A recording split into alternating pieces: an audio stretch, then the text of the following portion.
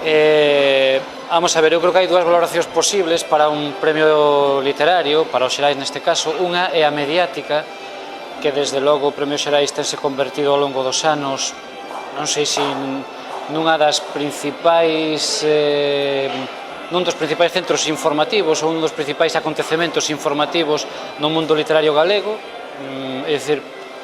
pola atención que desperta, polo chamativo que é. Por ese lado creo que ten cumplido. Por outro lado, cos cambios dun ano para outro, cas diferencias de novela, creo que si ten creado, como diría eu, ten creado ou ten feito avanzar en sentidos diferentes, pero sempre movéndose o que é a narrativa, o que é a novelística en galego. Creo que a narrativa non depende só da novelística, pero no caso da novela creo que os Xerais ten cumprido unha función,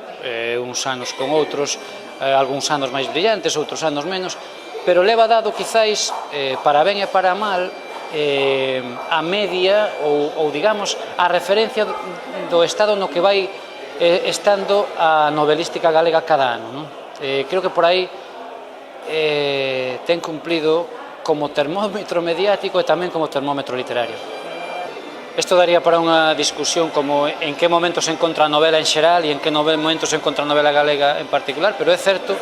que no premio Xerais teñen agromado algunhas das novedades narrativas que logo se van consolidando en algúns autores máis e en outros autores menos, pero se repasas a nómina dos ganadores nos últimos 10 anos, sí que ves que houve unha renovación formal, cando menos, da novela e evidentemente tamén argumental da novela, e iso creo que tamén ten que ver porque a maior parte dos novelistas galegos